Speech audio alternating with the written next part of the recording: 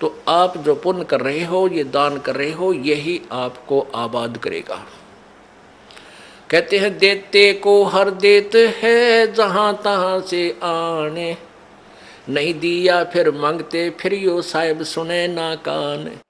जिन्होंने देखो आज एक तो इतना गरीब है, फाइनेंशियली इतनी वित्तीय हालत उसकी कमजोर है कि रिक्शा चला रहा है, एक ऐसा है मजदूरी कर रहा है, एक रिक्शा चला रहा है, एक उसके अंदर विराजमान है, बैठा है, दोनों ही मनुष्य। तो पुण्यात्माओं, एक गाड़ी चला रहा है ड्राइवर, एक मालिक उसमें बैठा है और गाड़ी भी मालिक की है। तो इतना भेद यूं क्यों हो गया?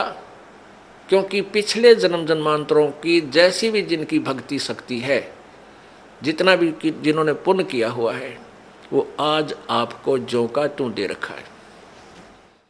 जिन्होंने पीछे कोई पुण्य किया नहीं, वो आज कंगाल है और एक एक पैसे को मांगते फिर रहे हैं। अब कोई नहीं सुना है,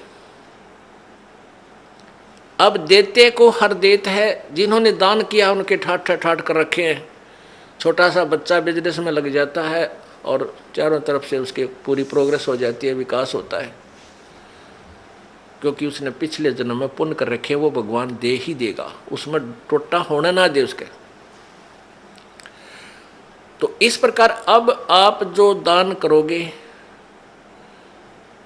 प्रथम तो आप इस बात से परिचित हो जाओगे कि अब जो दान करोगे उसका बेनिफिट केवल अगले जन्म में लेने की चाह मत रखना। आप जो भी पुण्य करोगे या भक्ति करोगे, अपना जन्म मृत्यु का रोग कटाने के लिए ही करना। फिर रही बात आपको यहाँ की सुविधाएं, ये तो अपने आप मिलेंगी।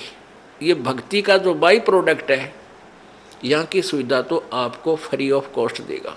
ये भक्ति की विधि ऐसी है, ये भक्ति का वो यथार्थ वे है, पूजा का साधन है, जिससे आपको यहाँ की सुविधाएं तो अपने आप मिलेंगी, मांगने की आवश्यकता नहीं पड़ेगी आपको।